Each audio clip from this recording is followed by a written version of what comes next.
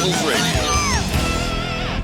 Welcome back to Rivals Radio with Wally and Dee here on Rivals Broadcast Network. Hey there. Week 8, huh?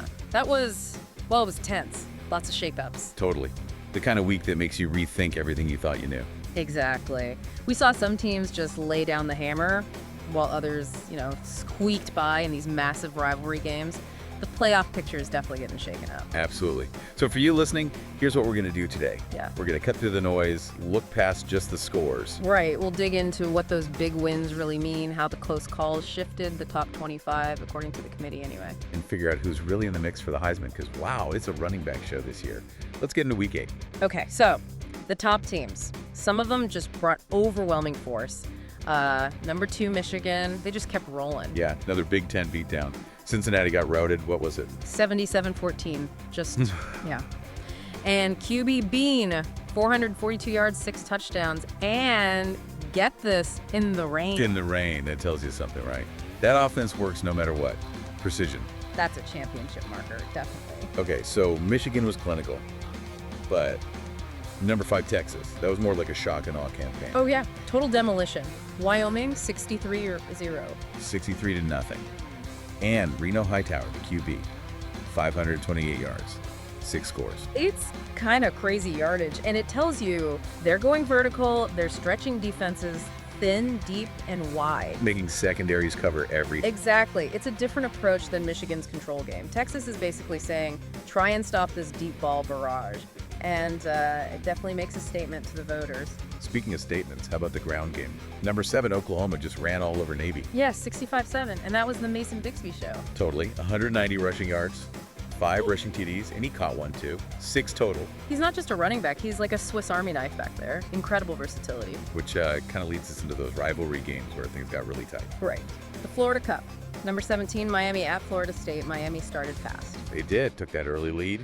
But FSU's defense, man, they clamped down hard in the second half. Flipped the whole thing, 40-21 FSU. And the talk around FSU now. It's loud. Yeah. Jared Gerard, the receiver, was great. Sure. He was. But it felt like FSU's defense won that game. Yeah. They figured out Miami's plan and just dismantled it. Pressure, pressure, pressure. Yep. And that's why you started hearing the calls. Oh, yeah. Time to rank these Seminoles. Yeah. You beat a ranked rival like that, you make your case. Definitely. Elsewhere, the real nail-biter, the shootout. Number 23, Memphis at number 16, TCU. Whoa, that was back and forth. Memphis QB Akbar.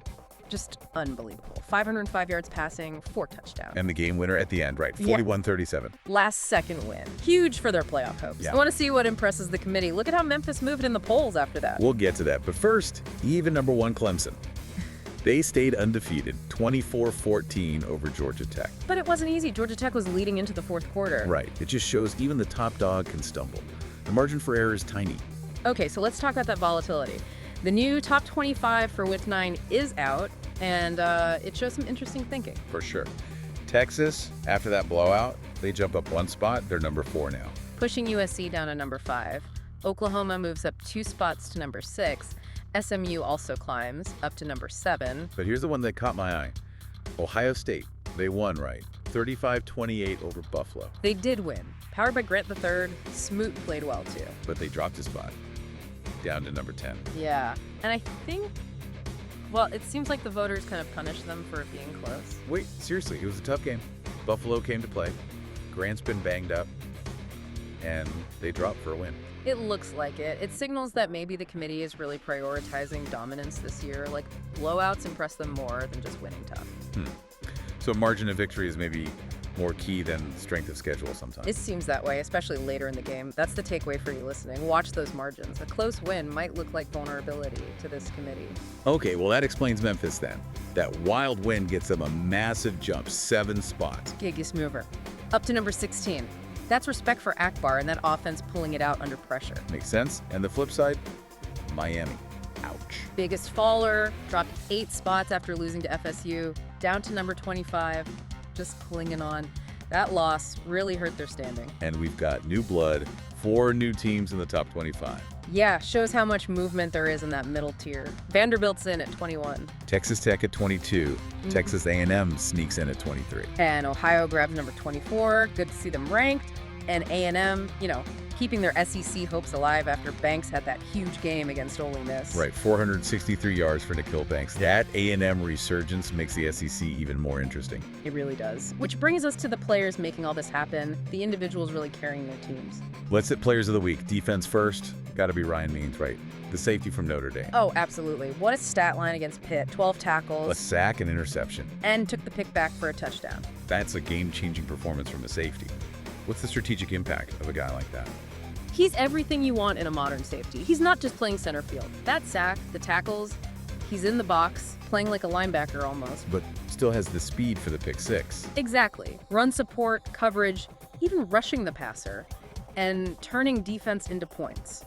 Huge value. Incredible. Okay, offensive player of the week. This feels like an easy one. Has to be Mason Bigsby, Oklahoma. His 6 touchdowns, 190 yards rushing. Yeah. He earned that. And it's really shaken up the Heisman picture. Take time. Kyan Hunter from Michigan, he's actually moved into the #1 spot now. Okay, Hunter at 1. Bigsby jumps way up. He's at #3 now. Wow. And Neo Judkins from FSU slides just a bit to #4. So the top guys are mostly halfbacks now. That's kind of cool and a bit old school. It really is. Speaks volumes about how good these specific backs are this season. Okay, quick hypothetical. Based just on week 8, you need one of those 3 Hunter, Bigsby, Judkins to build around. Who are you taking? Just off week 8, I think I lean Bigsby. Really? Why him? Because of the versatility. Hunter's got that elite speed. Judkins is just pure power, breaks tackles like crazy. But Bigsby showed he can pound it inside and be a weapon catching the ball. That dual threat, that's maybe the most valuable. Good point. Good point. And the stats back up this offensive explosion. Akbar at Memphis after that 500-yard game. He's now leading the country in passing yards, 2,823. And look at this TD to INT ratio, 22-1. That's insane efficiency. Gold standard stuff. And hey, Nikhil Banks at A&M, he cracked the top 5 in passing yards too, 2,688. The running backs are piling up yards too. The 1,000-yard club is getting crowded. Yeah. Judkins leads the way, 1227. Bigsby's right behind at 1162. Hunter's over the mark too, 2077. That race is going to be tight down the stretch. Who stays healthy? Who avoids that November slump? Exactly. And real quick, gotta shout out the defenders making life miserable for these offenses. Swain at UNC. Still dominant. 16 sacks now, 22 tackles for loss. That's just game-wrecking.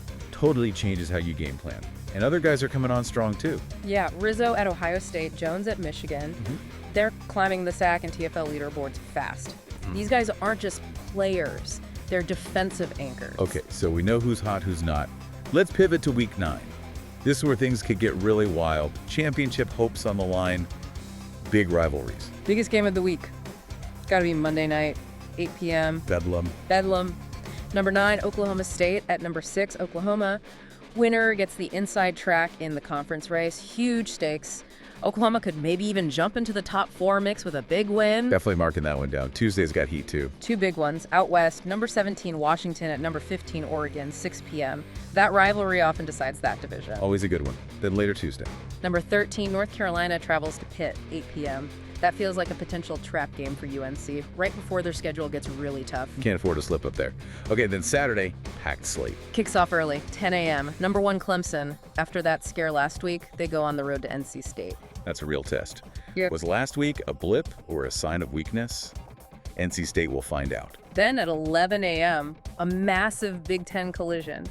Number 8, Indiana at number 2, Michigan. Okay, if Michigan handles business, their path looks clear. But if Indiana pulls the upset. Chaos, absolute chaos in the top 10. Huge proving ground moment for Indiana. But the nightcap, Saturday night, 8 p.m., SEC blockbuster. This is going to be huge. Number 23, Texas A&M, fresh off getting ranked, goes to number 3, Georgia. Georgia has to defend home turf. A&M's playing loose, maybe dangerous. Could be. And get this, the commissioner himself is going to be calling that game. Whoa. Okay, that tells you how big the league thinks this one is. St. Phil's, the stakes are sky high. Oh, and don't forget FSU. They play Virginia Thursday night, 8 p.m. Need to keep that momentum going after beating Miami. Yeah, keep winning. Keep forcing the committee to pay attention. Okay. Before we wrap up, just a quick note for fans following the whole Rivals network. Right. Quick update from the league office. They've finished the aesthetic upgrades for the pro league organizations. New logos, new uniform looks, all that stuff. Yep. They're going to start teasing those designs soon, so keep an eye out for the new visuals. And this is key, the Pro League draft. It's coming up in February. Faster than you think. So if you, the listener, have any interest in actually owning a pro organization, Now's the time. You got to reach out to a board member or the commissioner. Seriously. yeah, those spots for year 2 ownership are limited and they're going fast. Don't wait. All right. Man, what a week ahead. All these rivalries, the Heisman race heating up. What's sticking with you most? For me, it's that pressure on the top teams now, like you said about Ohio State dropping. Right. It feels like Clemson, Michigan, Georgia, they basically have zero room for error now. Perfection is expected. One slip up in week 9, and the whole playoff picture could get flipped. That's the beauty and the brutality of it all, isn't it? It is. Week 9's packed with rivalries. Don't blink. The margin for error is officially 0 for the championship contenders. Peace out, Rivals Nation. Eh. From Rivals Radio.